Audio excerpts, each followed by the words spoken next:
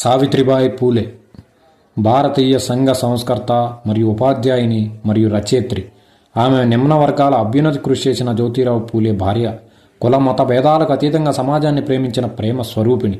ఆధునిక విద్య ద్వారానే స్త్రీ విముక్తి సాధ్యపడుతుందని నమ్మిన ఆమె తన భర్తతో కలిసి 1848లో జనవరిలో 1న పూణేలో మొట్టమొదటిగా బాలికల పాఠశాలను ప్రారంభించిన మహాతల్లి.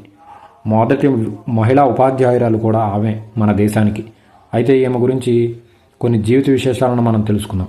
ఆమె మహారాష్ట్ర సతారా జిల్లాలో నయాగావ్ అనే గ్రామంలో 1831 జనవరి 3న ఒక రైతు కుటుంబంలో జన్మనించారు సావిత్రి గారు. సావిత్రిబాయి కుటుంబానికి తెలంగాణ ప్రాంతంలో బంధుత్వం కూడా ఉందట. వీరి బంధువులు నిజామాబాద్ జిల్లాలో బోధన్, నాందేడ్ కొండలవాడి ప్రాంతంలో ఆదిలాబాద్ చుట్టుపక్కల ఉన్నారు.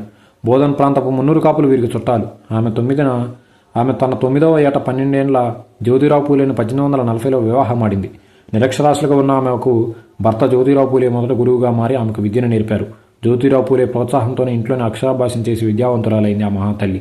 అహ్మదాబాద్ నగరంలో ఉపాధ్యాయ శిక్షణ పొంది 1848లో భర్త జ్యోతిరావుతో కలిసి క్రింది కులాల బాలికల కోసం పూణేలో మొదటి పాఠశాలను ప్రారంభించారు. ఈ పాఠశాలను నడపడం ఉన్నత అగ్రవర్ణాలకు నచ్చలేదు. దీంతో ఆమెపై వేధింపులకు, భౌతిక దాడులకు పూనుకున్నారు. పాఠశాలకు నడిచేదారులు ఆమెపై బురద చల్లటం, రాళ్లు విసరటం, అసభ్య పదజాలాన్ని వాడటం వంటివి చేశారు యాదవులు. బురదతో మలినమైన చీరను పాఠశాలకు వెళ్ళిన తర్వాత మార్చుకొని మరలా తిరిగి వచ్చే సమయానికి బురద చీరను కట్టుకొని వచ్చేదట. ఎవరైనా అడిగినప్పుడు ధైర్యంగా నా విధిని నేను నిర్వహిస్తున్నానని చెప్పేది. అయినా రోజు వేధింపులకు విసిగి ఒకరోజు ఒకటి చెంప కూడా పగలకొట్టారు. పట్టు విడవక వారు సాగించిన విద్యా ఉద్యమానికి తక్కువ కాలంలోనే సహకారం కూడా లభించింది. ఒక ముస్లిం వ్యక్తి తన ఇంటిని బడిగా కేటాయిస్తానని చెప్పటం, కొంతమంది పుస్తకాలు సేకరించటం, మోరో విఠల్, వాల్వేకర్, దియోరావు వంటి ప్రముఖులు పాఠశాల నిర్వహణకు సహకరించటం, 1851లో మరలా పాఠశాలను ప్రారంభించి బాలికల చదువు కోసం, విద్యాభివృద్ధి కోసం సహకరించాలని ఆమె విజ్ఞప్తి చేసింది. ఆ దంపతులకు సొంత పిల్లలు లేరు, కానీ ఆ జంట ఒక బిడ్డను దత్తత తీసుకున్నారు. అట్టడుగు వర్గాలు, మహిళలకు చదువు, సంపద వంటి సమస్త హక్కులు నిరాకరించబడిన దేశంలో ఆనాటి సమాజపు కట్టుబాట్లను, బ్రాహ్మణవాద సాంప్రదాయాలను, ఆధిపత్య వర్గాలకు ధిక్కరించి భారతదేశపు మొట్టమొదటి ఉపాధ్యాయురాలుగా పాఠశాలను ప్రారంభించింది తల్లి. 1848 30 మే 12న దేశంలో బహుజనులకు మొట్టమొదటి పాఠశాలను ప్రారంభించారు. సమాజంలో ఎన్నో అవమానాలు ఎదురైన మడమ తిప్పని దీశాలి ఆమె.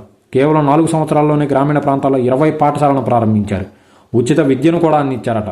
1848లోనే దేశంలో విద్యా ఉద్యమం ప్రారంభించిన మొదటి మహిళా ఉపాధ్యాయురాలు మన సావిత్రమ్మ. స్త్రీల విద్యావ్యాప్తికి కృషి ప్రారంభించే నాటికి ఆమె వయసు 18 ఏళ్లు మాత్రమే. వారి జీవితకాలం మొత్తం 52 పాఠశాలను ప్రారంభించారు. అయితే ఈ క్రమంలో ఆమె ఆధిపత్య కులాల వారిని అనేక దాడులను, అవమానాలను ఎదుర్కొంది. లింగ సమస్యలకు తోడు కులు పితృస్వామ్య వ్యవస్థల అణిచివేతకు వ్యతిరేకంగా స్త్రీల సాధికారత కోసం ఈ సంస్థ కృషి చేసింది. మహిళా హక్కులే మానవ హక్కులను తొలిసారిగా వినదించిన సావిత్రిబాయి పూలే అసత్యాలతో అగ్రవర్ణ దుహంకారపు నిచ్చెన మెట్ల కుల వ్యవస్థగా నిర్మాణమైన సమాజంలో సత్యాన్ని శోధించడానికి 1873లో తన భర్త మహాత్మా పూలేతో కలిసి సత్యశోధక్ సమాజ్ను ప్రారంభించి బాల్య వివాహాలను, మూఢనమ్మకాలను, సతీసాగమానికి వ్యతిరేకంగా, వితంతువు పునర్వివాహాల కోసం, అసమాన బ్రాహ్మణ వ్యవస్థకు వ్యతిరేకంగా బలమైన ఉద్యమం నడిపారు ఈ తల్లి. బాల్యంలోనే వైదవ్యాన్ని అనుభవించే ఎంతోమంది ఆడపిల్లలకు అన్నం పెట్టి ఆశ్రయం కల్పించారు. గర్భవతులైన వారికి పురుళ్ళు పోసి వారి కళ్ళలో వెలుగులు చూశారు. అలా పురుడు పోసుకుని తన వద్దే వదిలేసిపోయిన ఒక బిడ్డను హక్కును చేర్చుకున్నారు.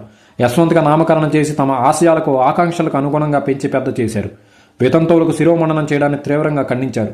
చైతన్యపరిచి వితంతువులను శిరోమండనం చేయబోమంటూ క్షురకుల చేత 1860లో సమ్మె కూడా చేయించింది ఈ తల్లి. సావిత్రిబాయి తర్వాత 1873 సెప్టెంబర్ 24 సత్యశోధక్ సమాజ్ అనే సామాజిక ఆధ్యాత్మిక సంస్థను ప్రారంభించి సత్యశోధన కోసం ఉద్యమాన్ని నడిపారు పూలే. ఈ సత్యశోధక్ సమాజ్ మహిళా విభాగం సావిత్రిబాయి నేతృత్వంలో నడిచేది. వివాహాలు వంటి శుభకార్యాలను పురోహితులు లేకుండా నిర్వహించే మొట్టమొదటి విధానాన్ని ఈ సంస్థ ప్రారంభించింది. 1868 నుంచి సావిత్రిబాయి అంటరానితనాన్ని వ్యతిరేకంగా పోరాడి 1870లో ఒకసారి, 1896లో ఒకసారి దేశంలో తీవ్ర దుర్భిక్షం ఏర్పడినప్పుడు పూలే దంపతులు చేసిన కృషి అనన్య సామాన్యం. కరువు వాతపడిన కుటుంబాల్లోని అనాథ బాలను దాదాపు 2000 మందిని హక్కును చేర్చుకున్నారు. తమ పాఠశాలలో విద్యార్థులకు మధ్యాహ్న భోజనం కూడా ప్రారంభించారట.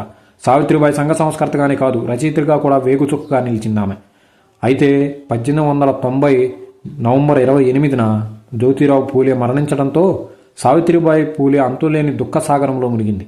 దుఃఖంలో నుంచే మరో ఆదర్శానికి శ్రీకారం చుట్టింది మహాతల్లి. తన భర్త పూలే చీతికి తనే స్వయంగా నిప్పిపెట్టి కొత్త సాంప్రదాయానికి తెరలేపారు. భారతదేశ చరిత్రలో భర్త చితికి భార్య నిప్పు పెట్టిన మొట్టమొదటి సంఘటన ఇదే కావచ్చు. పూలే మరణానంతరం సత్యశోధక్ సమాజ్ బాధ్యతను నిర్వహించి నడిపించింది. 1897లో ప్లేగు వ్యాధి పూణే నగరాన్ని వణికించింది. నగరమంతా ఎడారిగా మారింది. జనమంతా దగ్గరలోని అడవుల్లోకి కూడా పారిపోయారు.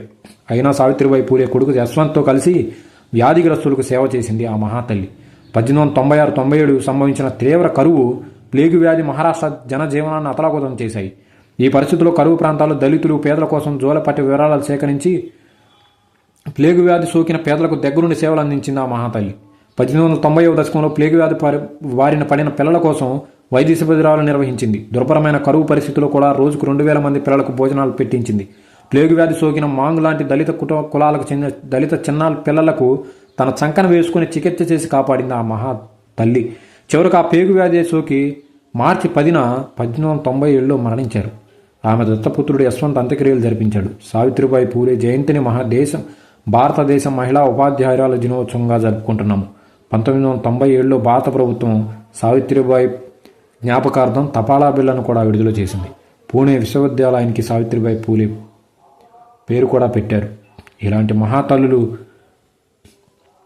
చరిత్రను మనం తెలుసుకోవటం మన అదృష్టంగా భావిస్తూ ఈ వీడియో మీకు నచ్చినట్లయితే please like, share and subscribe. ఇలాంటి సంఘ సంస్కర్తల గురించి, దేశంలో గొప్పవారి గురించి తెలుసుకోవాలనుకుంటున్నారా? అయితే వారి పేరుని కామెంట్లో తెలియపరచండి. ఇదే విధంగా వీడియో చేసి పెడతాను.